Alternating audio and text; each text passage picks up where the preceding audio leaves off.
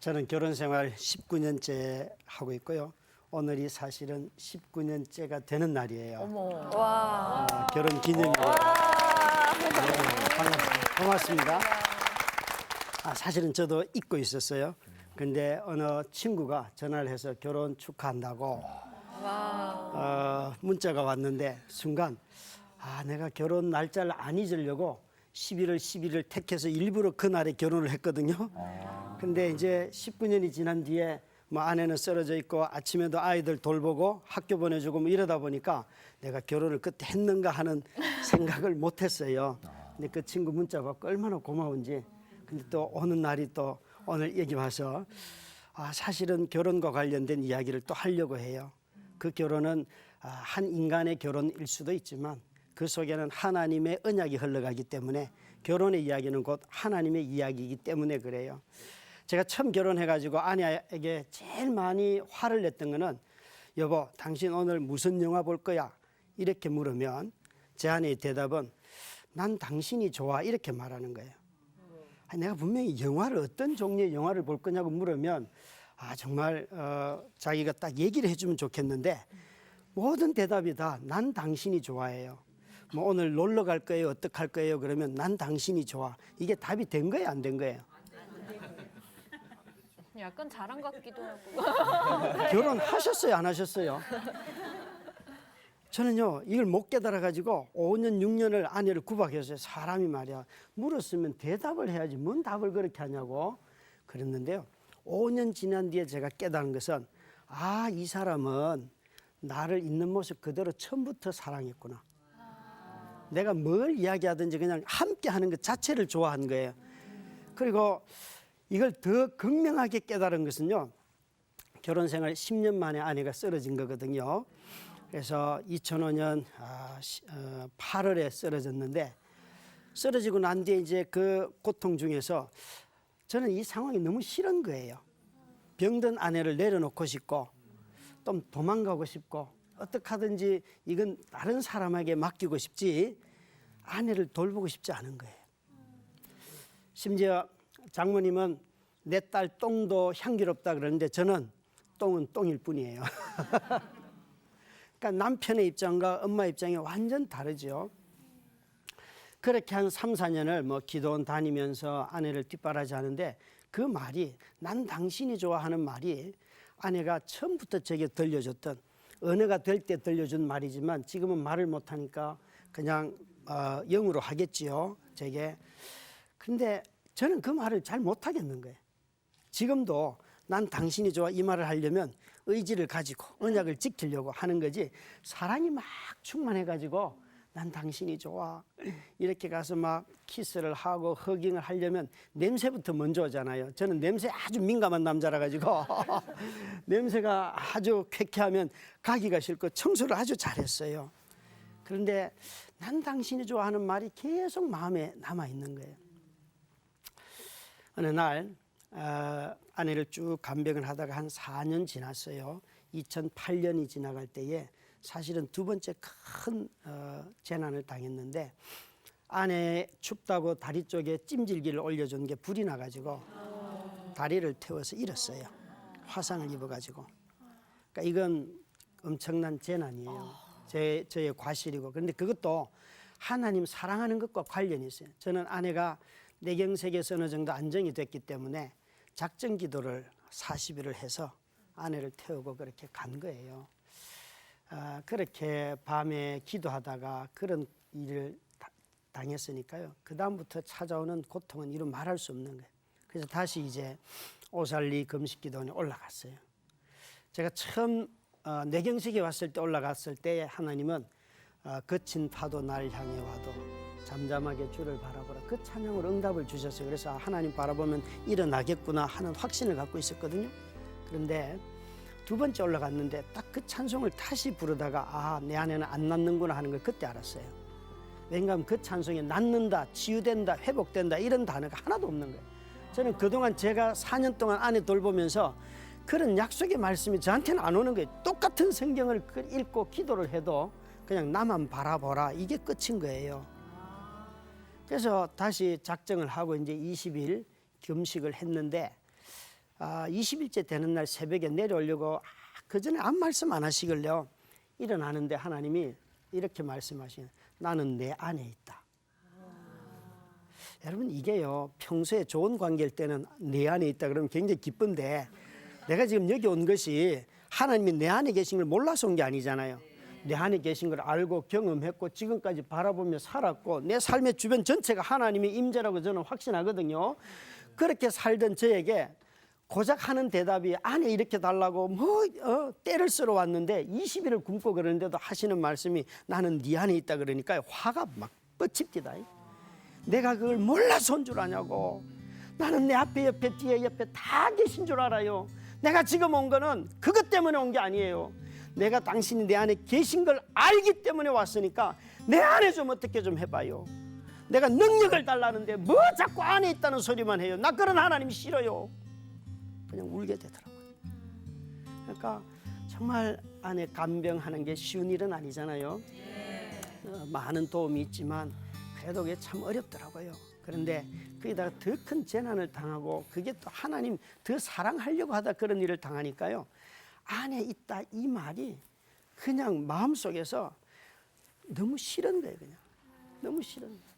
그래서 그냥 하나님, 나는 그런 소리 들으려고 온 게 아니에요. 빨리 안에나 이렇게 줘요. 그런데 네 안에 있다. 그게 응답의 전부인 거예요. 응답의 전부. 참 여러분, 저는 하나님이 내게 능력을 달라고 할 때 능력을 주시는 게 아니고 나는 너와 함께한다 이런 말씀들이 너무 많은 거예요. 시편 23편 4절에 보니까 시편 23편은 저와 여러분이 거기에는 재난도 없고 원수도 없고 아무것도 없다고 편견을 가지고 읽을 때가 많아요. 시편 23편 그러면 너무 행복하잖아요. 푸른 초장 쉴만한 물가 다 지금 쉬고 싶으신데 인생이. 그런데 그걸 가만히 보면요. 1, 2, 3절, 4절, 5절, 6절 내려가는 이렇게 나와요. 목자가 되셔서 우리를 푸른 초장으로 인도하신다. 또 있지만 4절에 가면 사망의 음침한 골짜기에 가셨을 때는 꺼내주시는 게 아니고 함께 하신다. 그죠? 주의 지팡이와 막대기로 나를 안위하시나이다. 주께서 나와 함께 하십니다. 언제? 푸른 초장이 아니고 음침한 골짜기. 그 다음에 원수가 나오는데 상을 베풀어 주시고 나중에 내가 여호와의 자비와 성실하심이 나를 안위하시리니 내가 여호와의 집에 영원히 거하겠습니다. 그때는 하나님이 내 뒤에서 따라온다는 거예요. 그런데 함께 한다는 거는 옆에 붙어 있는 거잖아요. 그죠? 인도도 아니고 뒤에서 쫓아오는 것도 아니고 옆에 붙어 계실 때가 언제라고요? 사망의 음침한 골짜기일 때. 저는 그때 그 구절 읽으면서요. 시편 23편을 다시 이해하게 됐어요. 아, 이건 인생이구나. 인생이 미풍이 불 때도 있지만 폭풍이 불 때도 있고 깊은 웅덩이에 빠졌을 때 하나님이 이렇게 싹 건져주는 게 아니라 웅덩이에 빠진 내 옆에 와서 이렇게 앉아서 계시는 하나님. 너무 그 이미지가 짜증나는 거예요. 하나님 꺼내달라는데 뭐 옆에 와서 죽치고 앉아가지고 난 너와 함께 있다. 이게 대답이 됩니까 하나님? 꺼내나 줘요. 꺼내나. 아니 오기 전에 피할 길을 돌아가게 해주셔야지만. 여러분 사람이요 하나님을 신뢰하기 때문에 상황이 어려워지면 마음에 있는 어두운 감정들 독한 말들이 다 나오잖아요. 자식들 사랑했는데 여러분 말 안 들으면 그죠? 나오죠. 그죠? 네, 저도 그래요. 근데 하나님이 다 그렇게 쏟아내고 있는데 하나님이 그래도 나 너와 함께한다. 그래도 나 너와 함께한다. 여러분 저 기절하는 줄 알았어요. 나는 상황에서 꺼내달라고 하나님한테 부탁하고 있는데 하나님은 나는 너와 함께한다. 너 내 이름이 뭐냐? 하나님 이름이 뭐예요? 함께 하신다는 말의 뜻은 임마누엘이잖아요. 예수님이 오셨을 때 예수님의 이름을 소개할 때 우리와 함께 하시는 하나님. 구약 성경에 보면 모든 선지자들이 가장 많이 했던 말은 나는 저희의 하나님이 되고 저들은 내 백성이 되고 연합이잖아요. 하나님과 백성 간의 연합이잖아요. 참 여러분 이 연합 부부의 연합이 얼마나 귀한 건 줄 우리는 알지만 오늘 시대는 부부의 연합을 깨기가 너무너무 좋은 시대예요. 아내가 화상을 입고 나서 몇 년 지난 사이에 한 7년 지나갈 때 전체 화상 입고 한 2년 지나갈 때 어느 날 하나님이 짝지어 주신 것을 사람이 나누지 못할지니라 그 구절을 읽다가 갑자기 멈췄어요. 멈춰서 하나님이 짝지어 주신 것을 질병이 나누지 못할지니라 단어 하나 바꾸고요. 제가 이렇게 울었어요. 영업. 하나님 나 싫어. 나 지금 7년 동안 이렇게 부부관계는 생각도 못하고 도대체 대화도 못하고 뭐 가정이 어떻게 되는지 모르고 이렇게 살고 있는데 하나님 앞으로 얼마나 더 이 부부로서 맺어진 언약은 사망 이외에는 끊을 수가 없는 거예요. 사망 외에는 끊어지지 않아요. 그러니까 여러분 이렇게 바꿔봐요. 하나님이 짝지어 주신 것을 성질이 깨지 못할지니라. 성격 차이가. 하나님이 짝지어 주신 것을 실업이나 실직이 깨지 못할지니라. 여러분 정말 실직 상태에 있는 어떤 배우자가 있다면 그 말 갖다 펴놓고 단어 하나 바꾸고 난 뒤에 그 얼마나 고통스럽겠어요. 그 삶의 고통이 계속 이어지는 거죠. 제게 있어서는.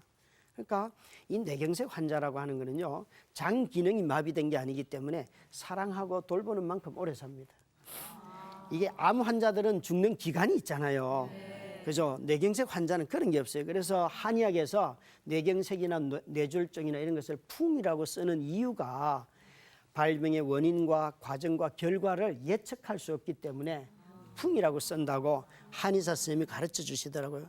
그러니까 저는요, 이 아픔에서 벗어날 수가 없는 거예요. 심지어 제 아내가 뇌경색이 온 부위는 이 뇌하수체가 다 몰려있는 숨골 주변이에요.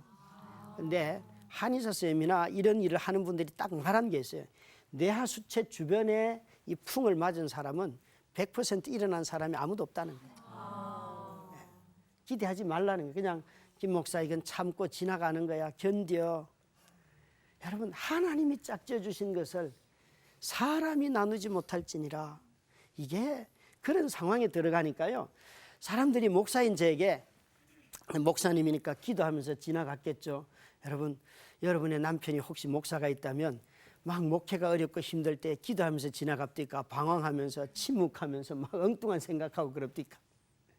방황하죠. 그죠? 저도요, 외로움이 깊이 찾아오고요. 성적인 유혹이 찾아오고요. 정말 오늘 같은 결혼식 날, 결혼 기념일 안 가르쳐줘도 되는데 왜 가르쳐주는지 정말 그렇더라고요. 오면서 이런 날이 더 슬픈 거예요. 사실은 아무것도 누릴 것도 없고 사랑할 것밖에 없는 그런 기념일을 누가 하고 싶어요. 그죠? 같이 대화하고 아내와 함께 추억을 만들고 그러고 싶지요. 그러니까 그 깊은 외로움이 찾아오는데 그건 아무도 사실은 해결할 수 없는 거예요. 오히려 이런 문제를 놓고 기도하면 기도할수록 더 외로워집니다. 예, 그래서 나는 네 안에 있다 그 말을 또 부부가 연합한다는 이 말을 들었을 때에 마음 한켠에서 이 언약을 언제까지 지켜야 하는가 그런 마음에 깊은 혼돈이 오더라고요. 사실 부모와 자식 간에는 시간이 지나면 이별하는 관계예요. 그런데 부부관계는 시간이 지날수록 연합하는 관계인데 이 시대가 왜곡이 돼가지고 점차 부부관계는 다 떨어지고 부모와 자식 관계만 계속 연합하는 이상한 시대가 된 거예요. 여러분 혹시 여기 우리 시청자들 중에도 방청객 중에도 여러분 혹시 지금 삶의 방향이 부부가 연합하는 쪽이 아니고 부모와 자식과 연합하는 쪽으로 자기 삶이 가고 있다면 하나님의 언약에 신실하지 못하다는 것을 깨달으셔야 돼요. 자식은 빨리 버리세요. 좀 격한 말이지만 자식은 잘 독립할 수 있도록 도와줘야 돼요. 부부는요 아무리 싫어도요 요즘 50대 되는 부부들 서로 안 만나잖아요. 그죠? 어떻게 하셨어요? 50대들 자기 남편 자기 배우자 안 만나는 분위기예요.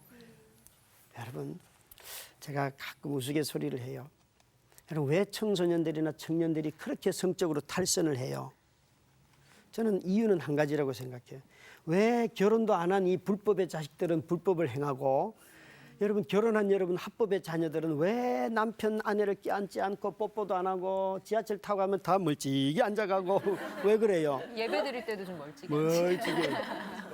왜 그래요? 왜 그래요? 여러분 합법의 자녀들이 즐기지 않기 때문에 불법의 자녀들이 판치는 거예요. 그런 생각 안 해보세요? 여러분 젊은 애들이 불법으로 막 하거든. 옆에 가서 부부가 앉아서 둘이 막 뽀뽀해봐야 애들이 하는가? 안 할걸요? 여러분 이 시대 젊은 애들의 욕정에 대해서 욕하지 마시고 결혼하신 분들 자기 배우자를 즐기시길 바랍니다. 아멘. 그게 하나님의 뜻이고 하나님 우리에게 주신 선물이잖아요. 그죠? 그죠? 그래서 그 하나님이 내게 짝져 주신 것을 질병이 나누지 못할지니라 그걸 깨닫고 나니까요. 어지럽습니다. 어지럽고 정말 너무 힘들었어요. 어느 날은 이 말씀을 쭉 읽다가 에스겔서 말씀을 펴서 읽었어요. 에스겔서 24장은 에스겔이 예언의 메시지를 받는 날 자기 아내가 예언의 메시지를 받고 전하는 날 저녁에 너희 집에 돌아가면 아내가 죽는다 그래요. 하나님이. 에스겔서 24장에 보면요. 16절에 있어요. 아니 읽다가 이렇게 되어 있어요. 너 아내를 위해서 초상집도 만들지 말고 그리고 사람도 초청하지 말고 그리고 음식도 만들지 말고 울지도 말라는 거예요.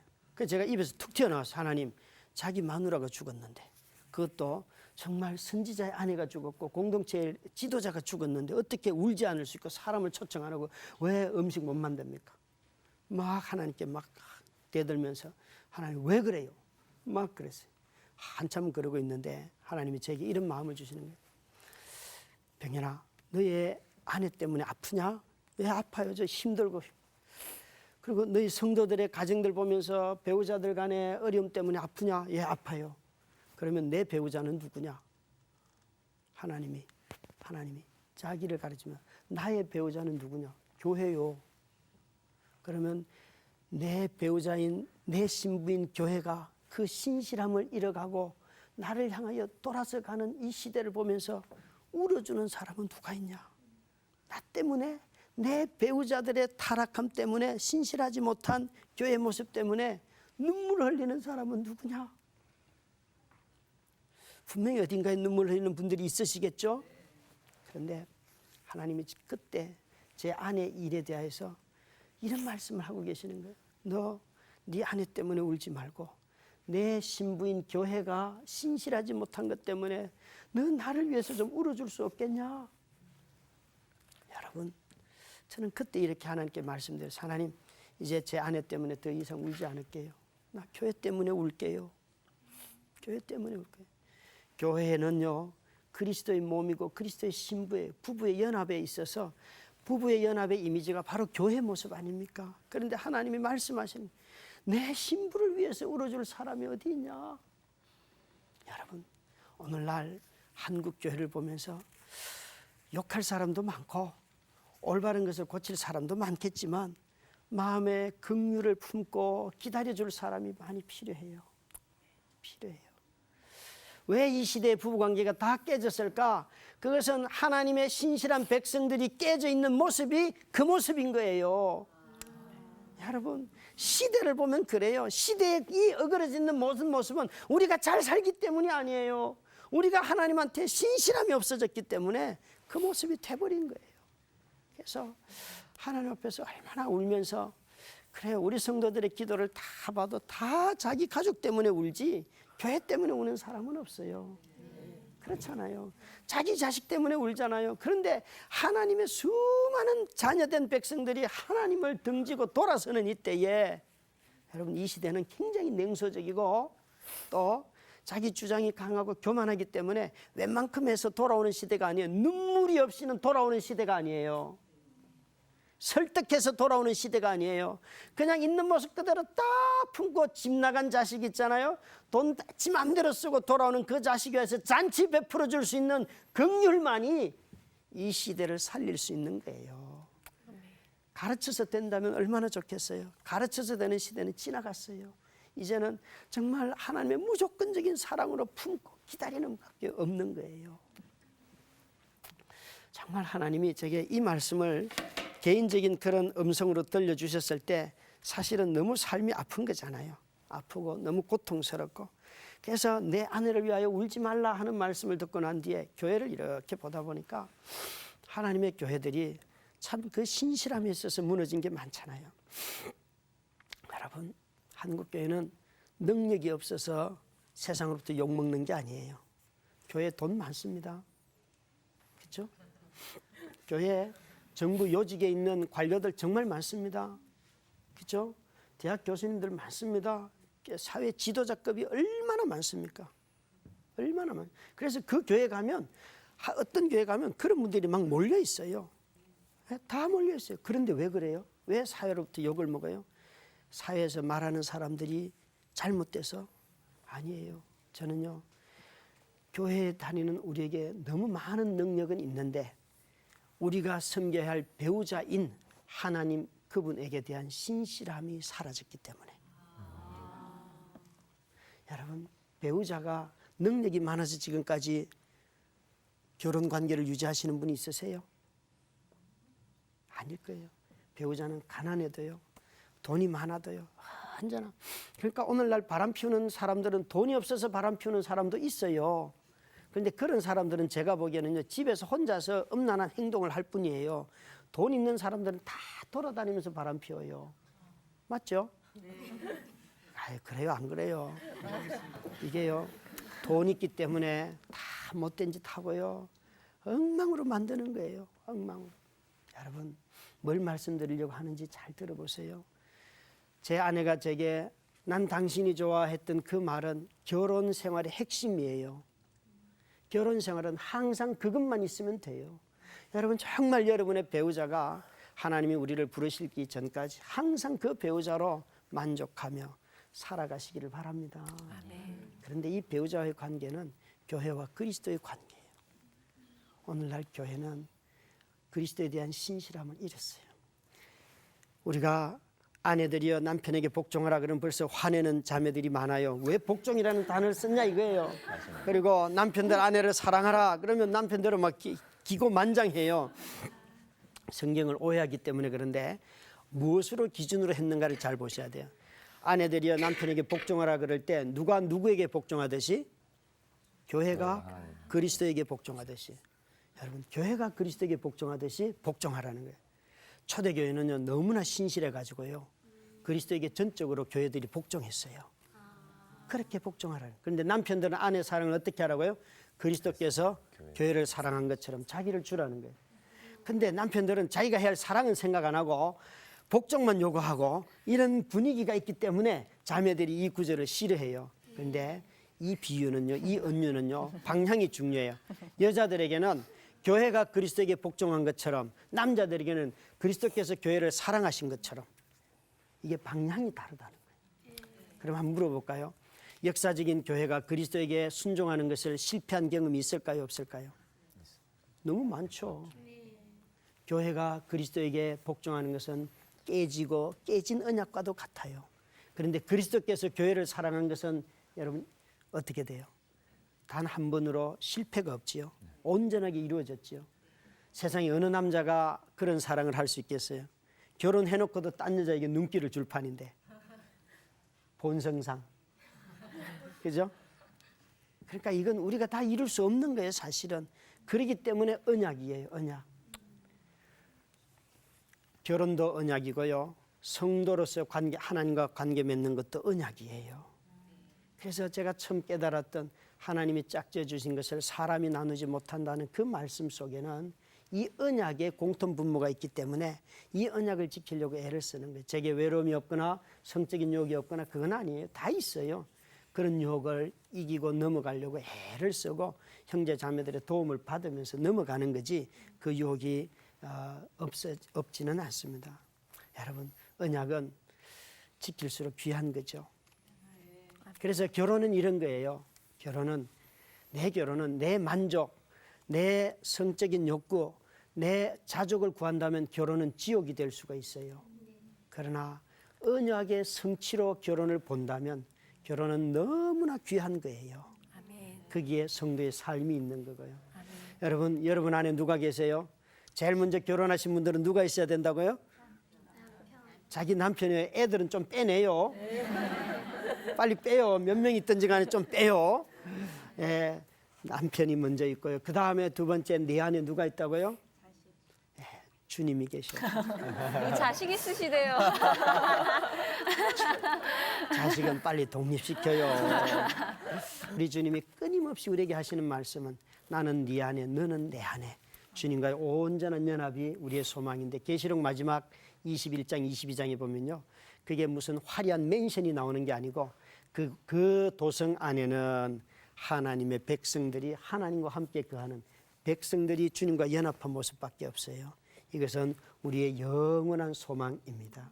사랑하는 모든 시청자 여러분, 또 방청객 여러분, 여러분의 삶이, 저와 여러분의 삶이 다 온전하게 주님과 연합하는 삶이 되기를 바랍니다.